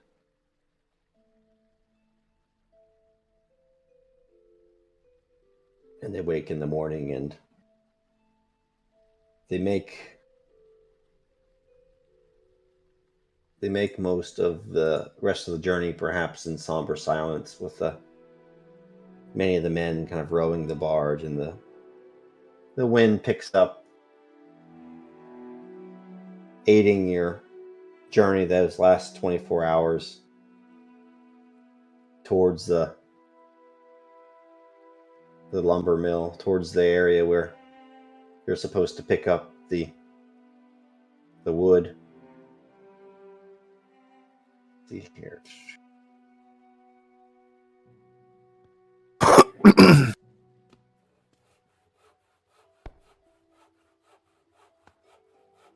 Eventually, from far ahead of you, up from around a bend, you hear the sound of hammers and of men kind of shouting to each other, and the sound of trees being felled and that sort of thing. And as you turn the corner kind of waving to you in your barge. You see a man with an axe kind of hefted over his shoulder, kind of waves to you. Ahoy! Ahoy! And he kind of points to a beach landing kind of nearby, kind of waving you in.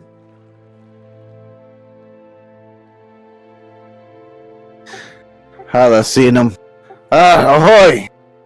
Looks like we found our area.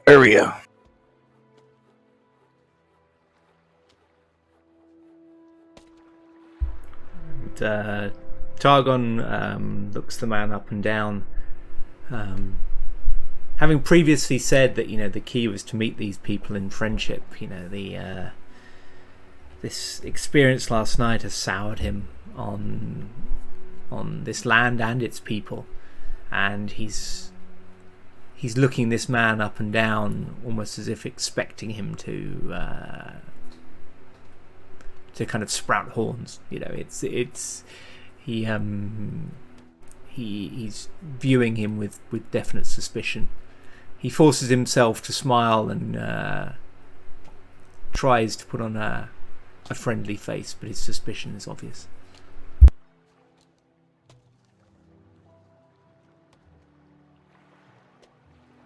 Baranor kind of raises his hands. Hello there.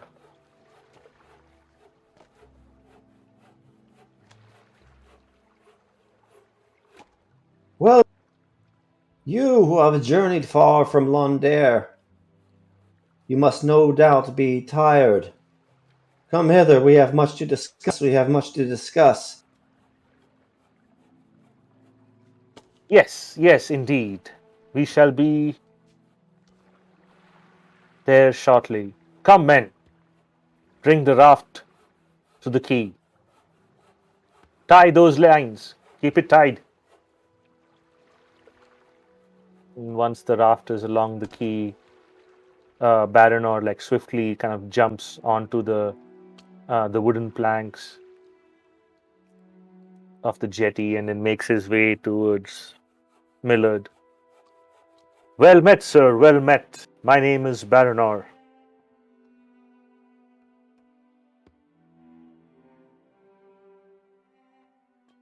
He kind of comes down to the beach, and he kind of puts his axe on the ground and extends his hand and gives you a sturdy handshake. Millard has long, kind of sandy blonde hair that falls in waves around his face. He has a beard that looks well kept, and kind of ruddy cheeks and kind eyes that are gray, with kind of weathered at the corners. He shakes Baranor's hand and watches as Targon, Hallis, and the other men kind of land. Well met as well. If only you could have came 2 days sooner. I may not have such ill news to deliver to you. You come from Londare? From Vinyalonde, no? Yes, we do. What ill news that it is that you speak of? Kind of looks around as you guys all get unloaded, and he helps with any supplies you're kind of bringing on board. Come further into the mill. Unfortunately, we've been raided as of late. Many of my men are wounded. We certainly do have your shipment of lumber ready to go.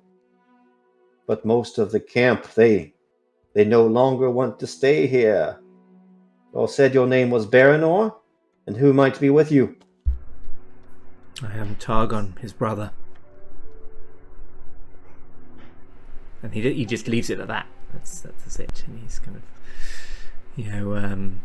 it's obvious this man is not just friendly, but also an ally. But even so, Targon is reserved, guarded. And I am Hallis. Well met. Kindly to meet both of you. And Millard is pretty tall. He's almost as tall as Targon. And the three of you would know that, in the past several hundred years that Numenorians have been visiting Middle-earth. Upon a time, families would stay, and some of them would even, make families with the natives, and so it's quite possible that Millard is kind of half Numenorian, half men of Enedhwaith, and even some of the workers at the lumber mill might be of Aldarian's line. They might be Numenorians who have sailed up and are working. As Millard, you don't sense any ill will from him at all. As he kind of leads you kind of up into the camp, you see men and women at work, sawing logs, cutting planks, loading them up on wagons, no doubt to kind of bring down to your barge. But then every now and then you also see somebody walking, like, for example, with a crutch, with a wounded leg and bandages. And you even see that some of the men that are working on the lumber, they might have an eye patch on, or perhaps a dressing over one of their arms from a wound. And he says, "You are not the only visitor that comes to this camp as of late, fair Baranor, Targon, and Hallis. There are those within this forest who have come to bear us ill will. We have much to discuss, and we have hard choices to make. But come, we must go inside. The sun will not last long, and I fear what the night may bring." Targon sort of looks at the sun growing lower in the sky, and says, "The nights here can bring ill things, can bring fell things," he says, and dark thoughts. But I would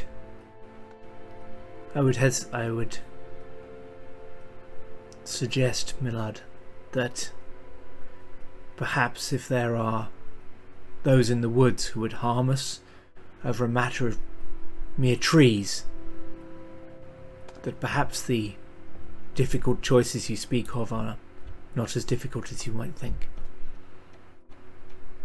And it is merely a matter of resolve to defend our own, and resolve to do what is right, and to stand against the shadow.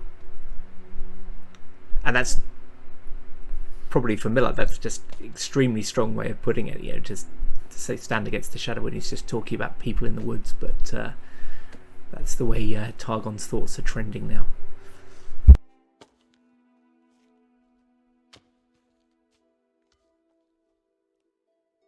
Kind of leads you in kind of into one of the long houses in the camp. Again, you pass one litter that has 3 kind of wounded men on it. They look probably the illest that you've seen. Each of them seem to have a fever of some sort, and one of them is actually missing part of his left lower leg. They're kind of crying out as a maiden kind of presses a damp cloth to one of their heads and urges him to drink a little bit of water. He spits the water up. "Shall I live to see another sunrise?" "Certainly you should. Certainly you should," says the woman. Now, just rest. You'll get you inside, somewhere out of this hot sun. Though it be autumn, there are days still that are hot. Go inside when it is dark and cool. Come hither and rest. And she, along with several other women, help pull the wagon kind of underneath some shade. Millard kind of shakes his head and bids the 3 of you to come inside. I'm actually going to head over there, because I think our people have some knowledge of healing, right? So Indeed. I'm going to, see if I can recognize any local plants, and make an attempt to to do a little bit better with the dealing with the wounds, dealing with the infection. Okay. Yeah, the one of the medicine women kind of have like a bunch of herbs on her pouch. You might get a bonus on this roll, so give me a favored lore check. Okay, I've already See got. if you recognize. I've already got favored on lore, actually. They make it inspired. Cool. God. No. Hold on. Did it really? I kind of got. Yeah, Oh, because it was a 4. Okay, Inspired would have only doubled your hope if you used hope. So. Oh, I didn't realize that. Yeah, you gotta use hope. If you use hope, you get to roll another 2d6. Yeah, if you don't mind, I'll do that. Sorry, I'm still trying to get used to the system. Now, as you start to burn through hope, it starts to get closer and closer to your shadow score. You don't want your shadow to be over your hope. Now, it's cool roleplay wise if you become miserable. It's cool. Oh so no! 17. That's still a failure. What would it be? My wits? 1 and 1. 15, 16, 17. Would add 17. Yeah, so is it my wits TN I'm aiming to beat? Your lower is 16, right? It's your wits TN. Wits TN, So yeah. you're I did it. 16. So you hit it by 1. Yeah. So yeah, I'm not going to make you roll for the healing, but she has some healing herbs on her pouch that she simply is not using, probably because of lack of knowledge and skill. But you recognize that there are several different herbs on her belt that certainly could be of use to these men. It's going to take a while, but you can teach her how to heal them or help yourself. I'll do that. I'll spend some time. It's on the one hand, it kind of raises Targon's spirits a little to be of use. But the more he sees these wounds, the more his heart is hardening against those who inflicted them.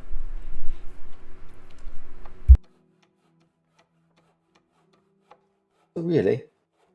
This herb and this one? In conjunction? Yes. And the first to be ground to a paste, and the second then added to it. But not immediately. It needs to rest a little while first. Give this a try. Thank you, Targon. The men and women of Vignalonde ever come here bearing gifts. Though we be attacked by dastardly men, do not think that we, here at this camp, beneath the care of Millard, are not grateful for your assistance, for we surely are, Targon. Thank you. We never let it be said that the men of Westerness came into the East without bearing gifts. You work hard on our behalf, and it is our duty to do what we can to aid you. And these gifts are well received, and you kind of, Millard is over your shoulder. And he looks at the men. One of them is already looking better. I dare say with your help, many of these men may heal, though I fear some may not. Either way, they are not able to travel. They are certainly not able to sail down the Gwathlo. I am at my wit's end. Half of my men went to abandon the place altogether, leaving the wounded behind. Some would say stay and fight, send you on the way with the lumber. Business as usual. But as you said, these attacks will not stop until we stand up for ourselves. I would not ask you to risk your lives to aid us, but if you did so, we would be forever in your debt.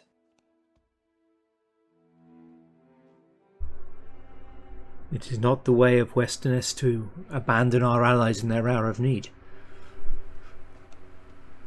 And Targon looks across at Baron and Hallis and says, "For my part, I say we fight." I agree. But how many men are in these woods?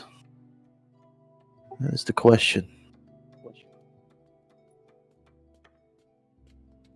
Yes, Hard to we say. should fight. Go ahead. Yes, we shall fight. These are just peasants, men who cannot build for themselves, thus wish to take from others. You show them might, and they shall scatter. That's what we shall do. Perhaps if we rally the remaining men, we could get them to want to stay and fight for this land. and set a trap for the marauders to come in and meet armed resistance. Aye. Drive them off when they attack, then follow them to their homes. Drive them away for good. That I agree with. For if the men here do not show force when we leave, they will only come back. Aye. They have just tried to destroy the homes of these men, tried to take their lives. We must repay this in kind. Yes. To do otherwise would be weakness. It would be.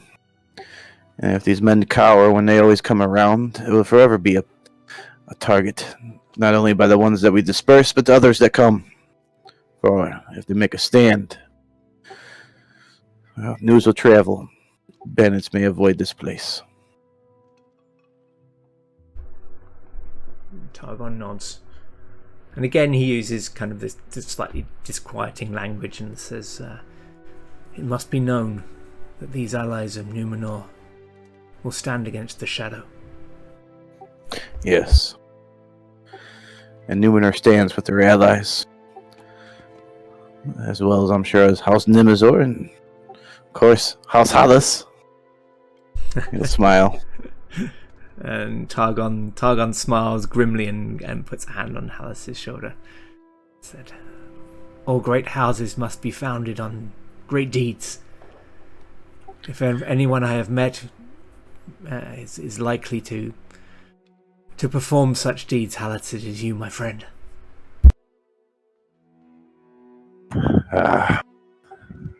It's just doing the right thing.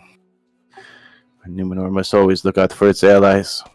For without friends in this world, one will find themselves in a dark spot all alone. Targon nods, and then looks across to Baranor. What say you, my brother? Yes. Why don't we take the most heavily wounded and help them onto the barge, load the lumber, and send some of our men down the Gwathlo back, while we stay here and reinforce this camp.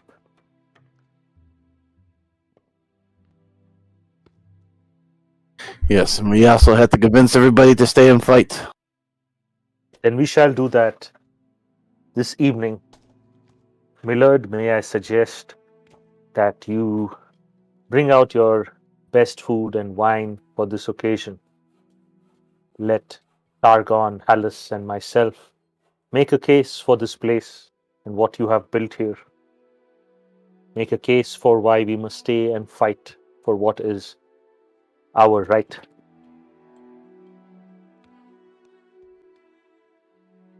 Very well. The night shall soon be upon us. These cowards ever strike out from the shadows, but as they recently raided only 2 nights ago, I do not fear one, at least for some time. Their appetite must be slaked with blood and our own riches and our food that they take. But you are right. They aim to take much more than food and wine.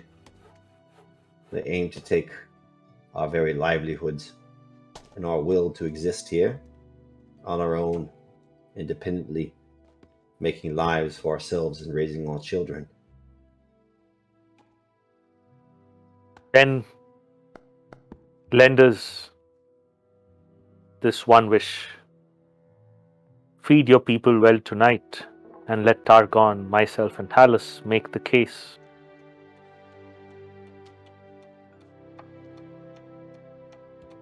It is not a...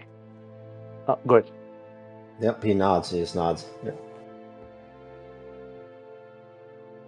It is not a reduction of your capability and might. You and your men have made a livelihood here and have chosen to leave the way of battle behind, and that is commendable. But the 3 of us, all we have known is battle. We know what must be done here. You say the attack took place recently, and that works in our favor. It gives us time to reinforce. It gives us time for the three of us to go scouting into the woods, find the numbers of these raiders, find their locations, find all we can about them. And when we are ready, we shall do a skirmish. Select them and bring them to us. Bring them here where we are fortified and safe.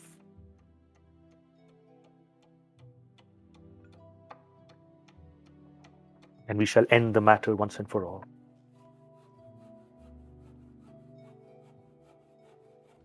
He nods, and they bring out the food and wine, and the scene fades, and the next 4 days and nights will go past, and you guys can do what you want to do. You can use rolls to create defenses, train the men, lay traps, do some scouting, whatever you want to do. And 4 nights is a pretty long time. And based on the results, I'll give you guys some bonuses in the battle to come. Sound good?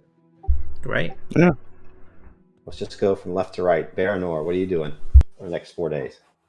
So, wait. So 4 days, you're sleeping under roofs.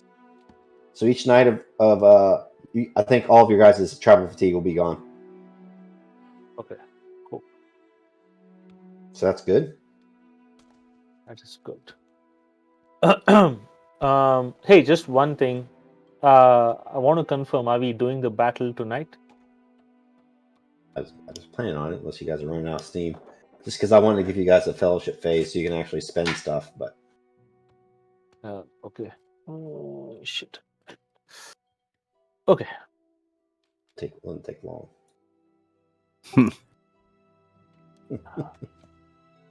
Yeah, 1 minute. Huh? If you don't want to, we can do the preparations and do it next time. It's fine. Yeah. I just don't want to like rush it because otherwise it kind of I want to kind of stop at 11. So what Baranor is going to do is he's a warden of the woods, so he's pretty adept at hunting and awareness. So he's going to use his skills to first, pick out people in the village who know the land well, right? Like, so these guys are lumberjacks, right? So they know which trees to cut down, where it is safe. So he will use them to kind of set up scouts and early warning people. And then he will also use his hunting skill to kind of lay traps and create a gauntlet, right? So the raiding party will be forced to come through a gauntlet where all the people of the village can focus their attacks on them rather than have the raiders kind of spread throughout the village and create havoc. Very good. You want to do hunting? Yeah, so I'll do hunting. Okay. If successful, what I will do is when this battle starts, I will treat it as an ambush. Okay. Which would be very good for you guys. So I'm going to remove the feat die from there. Remove ill-favored. I'm going to use a hope point for this. So take the hope point.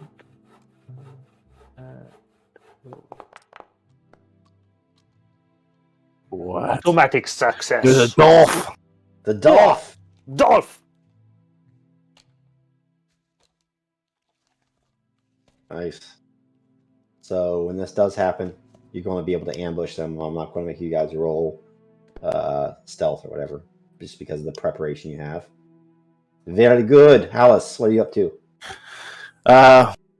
One of the main things Hollis is going to do is inspire everybody to stay and fight,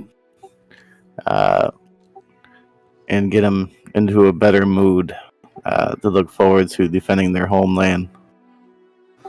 And then he'll get the lay of where the traps are going and want to pick the optimal position to ambush them, of course. But mostly, I think he wants to get everybody on board with the fight and get them excited about the fight and the fact that they can defend their homeland and keep it safe for them for not just now but for the future as well. And Harton? Yeah, he'll make use of his all skill as well. He wants to make sure that he has everybody's attention. Okay. Why don't you do all first? And if you're successful with that, then I'll let you make your Harton skill as favored. Oh, that's already favored. What? I didn't even mean to roll that. They didn't let me use my hope die or nothing. No. All right, rolling Harton. So the men and women, they're simple folk. A lot of them. They don't really know the lore behind Westerness. They just know you're coming here and that they've been attacked. You try to impress them like they don't care. Yeah, no, I didn't give me a menu, but this time I was able. That's good. That's very good. So what I will do then is during the battle, everybody's inspired. So if you use a hope point, it's doubled. With that great success, does it sound reasonable? Yeah, sounds good. So role play how that looks. What do you say to everybody? So when everybody gets gathered around, the eat and everything, when they have the food come out, how this would stand up. You lot have suffered enough, but bear in mind, look around and point at the Millard and a few of the others. Some of you are probably half Numerian, or close to it. Half Numerian. Half-breeds. We do not take lightly to losing, for as being of Numerian blood, you defend what you want, defend what you earned, and defend the way of life that you have chosen. For we stand with you, and we will always stand with you. Numerian is a great ally. But we cannot do it alone, and we need your help. For as you can't do it alone as well. But I think if we put the sword to the bandits the next time they raid, with our help, they will disperse, and news will travel, and you should probably see less raids in the area, which will allow you to chop the lumber and make lives for yourselves here. No need to go crawling back to what you call civilization. This is it right here. This is your home. Defend it like it's your home. Yeah, and there are the men and women that volunteer to go down the barge, and take the wounded back and the lumber. But a lot of those that were planning on leaving have decided to stay and fight, Hallis. Well done. Targon. Okay, Targon is... he's a warrior, so he is really calling on his knowledge of tactics, which is largely theoretical because he's got limited experience, but he's looking for good ambush spots. He's looking for things where they can usher the enemy into choke points, stuff like that. He's going to help the he's helping the people here plan, basically, and not just like one plan, but have fallback plans. Like if this goes wrong, here's where you fall back to. Here's how you support each other. You don't get surrounded and stuff like that. So he's really trying to give them a basic knowledge of the tactics of defending this place. Sounds like a battle roll. Cool. I'll do that.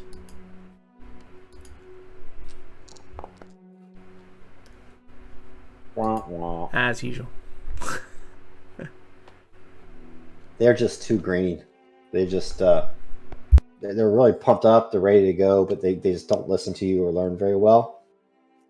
You certainly will be able to take advantage of the choke points and the ambush, the Baranor kind of, but the discipline, you just think like, the discipline of them, for example, you try to teach them maybe a feinted retreat, and like you just get that it's not going to work, right? Sure.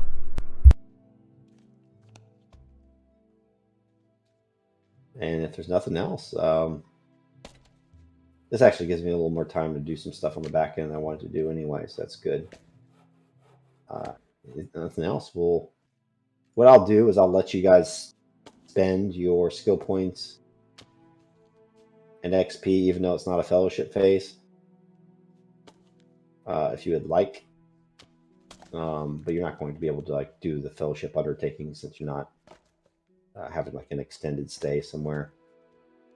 Basically, that will probably have to take place sometime over the winter, maybe after the next session. Yeah, I mean, maybe depending on how long the battle takes, we could like break this. Like the first half could be the battle, and then depending on how that goes, the next half could be fellowship, right? Sounds good. Because you said we are in autumn, which means it's not like I mean, we could just say that this takes maybe a few weeks or so to like set up and everything like that. So by the time all is said and done, we could be close to getting to winter, which means we can't travel anyway out of this place. Yep. And unless there's anything else, we'll close it, and then the battle, it'll be an ambush, and you'll be inspired. Sweet.